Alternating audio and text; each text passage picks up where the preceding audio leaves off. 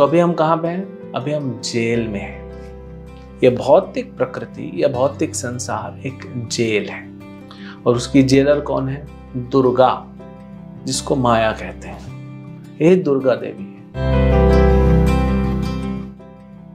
हरे कृष्णा। भगवद गीता अध्याय 7 श्लोक संख्या 6। एतद्योनिनि भूतानि सर्वानिति उपधारय अहं कृष्णस्य जगतः प्रभवः प्रलयस्तथा।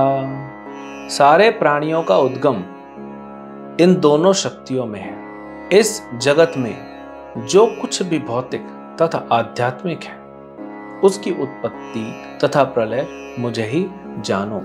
भगवान कह रहे हैं उत्पत्ति और प्रलय मैं ही करता हूं। तो ब्रह्मा विष्णु महेश जो हम सुनते हैं, सृष्टि करता है ब्रह्मा जी, और शिव जी महेश जो है वो संहार करते हैं और विष्णु पालते हैं।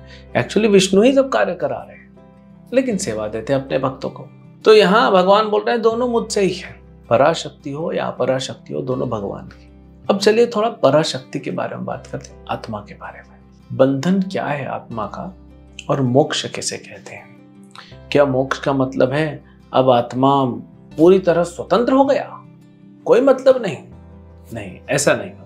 आत्मा जो है, हम आत्मा है, हम या तो भौतिक प्रकृति के या माया के कंट्रोल में रहें या तो कृष्ण के कंट्रोल में रहें। जैसे एक व्यक्ति मुंबई में रहता है, सड़कों पे घूम रहा है, वो स्वतंत्र है, बंधन नहीं है, कहीं जाना चाहे जा सकता है, लेकिन है वो किसके अंडर में? गवर्नमेंट के अंडर में। अगर भारत में है तो भारतीय सरकार के अंडर में है, नियम भारतीय सरकार बनाती है, वो तोड़ नहीं सकता। जैसे स्टेशन पे नियम होता है, आप पटरी क्रॉस करके नहीं जा सकते, वो ट्रेन के लिए है, आपके लिए फुट ओवर ब्रिज बनाया है, तो नियम है, पालन करोगे तो स्वतंत्र रहोगे, नहीं पालन करोगे तो अंदर डाल दिए जाओगे। तो ये जेल क्या है? जेल भौतिक प्रकृति के बराबर है। अब मुंबई में जेल के बाहर भी कोई घूम रहा है, कोई जेल में अंदर भी होगा, लेकिन अंदर कैसा है और बंधन ज्यादा है। टर्म्स एंड कंडीशंस बढ़ा दी गई। अब वो घूम नहीं सकता पूरे बॉम्बे में या पूरे इंडिया में, तो वो उसी जेल में रहेगा। अब जेल में है तो किसके कंट्रोल में है? जेलर के कंट्रोल में। लेकिन जेलर किसके कंट्रोल में है? सरकार के कंट्रोल में। तो अल्टीमेटली वह व्यक्ति सरकार के कंट्रोल में है। तो सरकार भगवान है और जेलर भौतिक प्रकृति है। तो भगवान की सृष्टि में छोटा सा हिस्सा जिसको भौतिक प्रकृति कहते हैं, भौतिक संसार कहते हैं, वह एक जेल के समान है। अब हम या तो जेल में रहें या तो जेल के बाहर रहें, ये कौन निर्णय लेगा? हम। अगर अच्छे से भगवान के इंस्ट्रक्शन को पालन करेंगे, या फिर यहाँ पे उदाहरण मिले सरकार के इंस्ट्रक्शन को पालन करेंगे, जो सरकार ने नियम कानून बनाया पालन करेंगे, कोई प्रॉब्लम नहीं। आप अपनी गाड़ी लेके जा रहे हैं, नंबर प्लेट है, लाइसेंस है, आपका ट्रैफिक रूल्स आप पालन कर रहे हैं, आप बढ़िया चलिए। लेकिन नियम तोड़ते हैं तो फिर अंदर डाल दिए जाते हैं। तो अभी हम कहाँ पे हैं? अभी हम जेल में हैं। यह भौतिक प्रकृति या भौतिक संसार एक जेल है और उसकी जेलर कौन है? दुर्गा, जिसको माया कहते हैं। ये दुर्गा देवी है। क्यों? किला जो होता है ना, किला, उसको दुर्ग कहते हैं, और जो उस दुर्ग को संभालती है उसको दुर्गा कहते हैं। तो अभी हम माया के बंधन में हैं। तो मोक्ष किसे कहते हैं? माया के बंधन से बाहर निकलने को मोक्ष कहते हैं। लेकिन ये मत सोचिए कि मोक्ष हो गया तो अभी भगवान से मतलब नहीं, भगवान अपने में हम अपने में, वो तो कभी होगा ही नहीं, क्योंकि पूरी सृष्टि जो अनंत है वह भगवान के कंट्रोल में है। लेकिन भगवान का जो कंट्रोल होता है भक्तों पे, वो प्रेम का होता है? भगवान और भक्त एक दूसरे से प्रेम की डोर में बंधे हैं।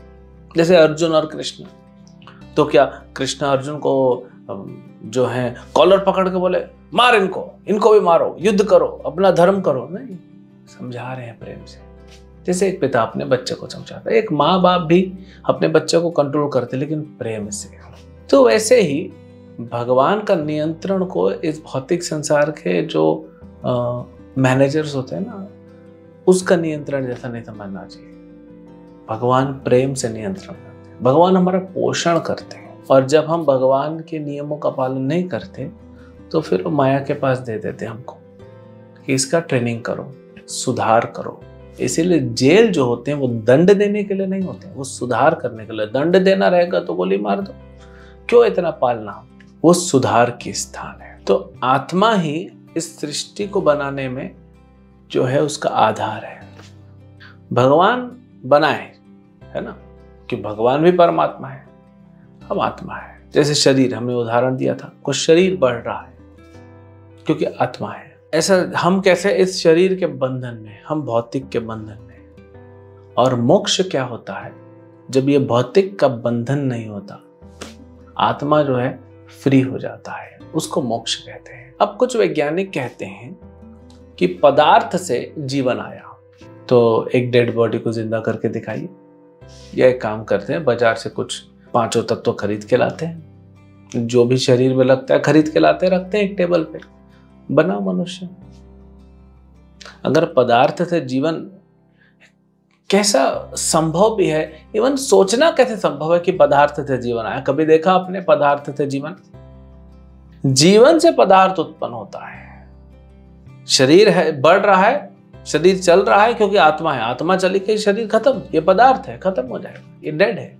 तो जीवन ही चलाता है शरीर को, जीवन पैदा करता है शरीर को, और जीवन से ही जीवन आता है। वो परम जीवन कौन है? कृष्ण है, वहीं से आत्मा आई है। ये वैज्ञानिक कहते हैं कि पदार्थ से जीव उत्पन्न हुआ।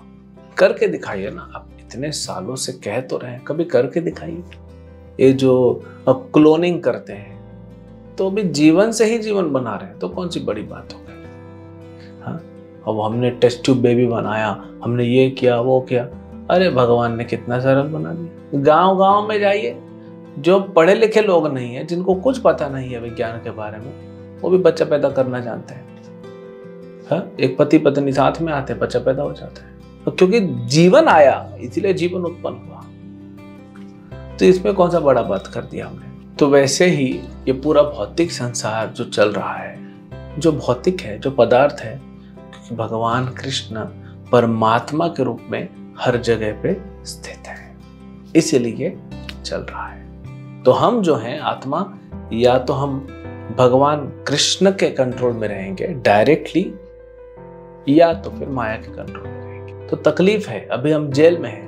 भक्ति के माध्यम से, हरे कृष्ण मंत्र जप करने से, श्रवण कीर्तन करने से, भक्ति के माध्यम से हम माया के जेल से बाहर आ जाएंगे और डायरेक्ट भगवान के हम घर में रहेंगे, भगवान के साथ। भगवान का धाम है, भगवान का घर है, अब वहां पे भगवान के साथ रह सकते हैं। उसी को मोक्ष कहते हैं। हरे कृष्ण।